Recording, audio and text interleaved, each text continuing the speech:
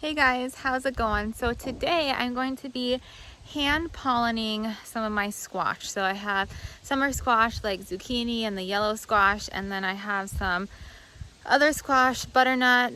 That's it actually, just butternut squash. And I have a paintbrush because I am going to be hand pollinating. Ever since moving here, I have not hardly seen any bees, like honeybees or pollinators like that. We have lots of hornets and stuff, but I don't see them in the garden that much. So I thought I would hand pollinate. So with every squash, there's a male and female flower. So let me show you the difference between the two. Okay, so this is one of my butternuts, and I have several flowers on it, but they're only male flowers. So if you look right in the center there, you see this is the male flower, and that's called an anther. So it just has like one centerpiece right there. I hope you can see it. Maybe if it moves that, it's not in the sun, or it's not in the shade.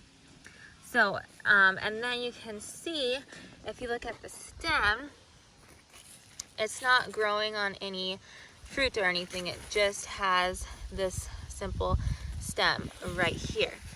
And then same with this. This is another butternut, and it only has male flowers. I have no females on this.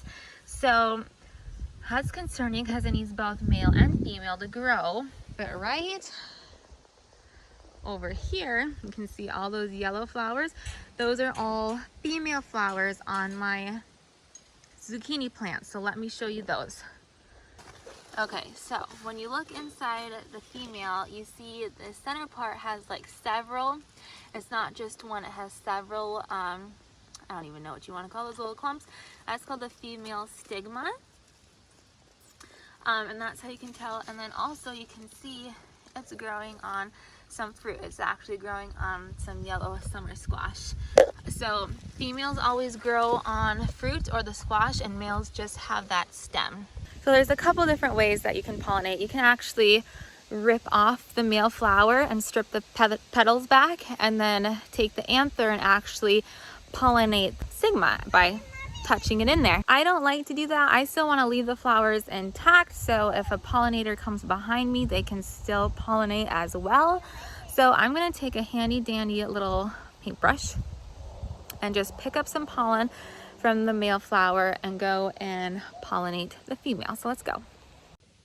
Okay, so I'm just going to take my brush and gently get it in there on the anther. And you can see that pollen on that brush. So I'm going to go over to the female flower and pollinate it. And just gently touch it in there.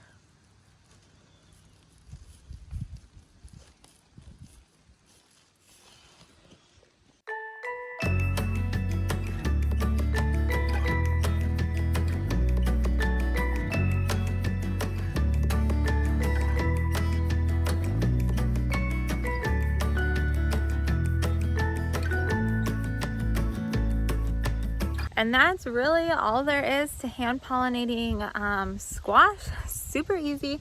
So I'm just going to continue doing it. Now, one thing is, it's really important to pollinate even if you see the squash forming. You may think, oh, it's good. Don't need to pollinate. It's already been pollinating. There's already squash, zucchini forming. So a lot of times that's true. But if it doesn't get enough pollination, the fruit will actually just kind of shrivel up and die and drop off. That's why it's super important to get pollination. So if you don't see a lot of natural pollinators out there, you might want to definitely consider this as well. So that's it for the day. Thank you so much for watching, and I'll see you next time. Bye.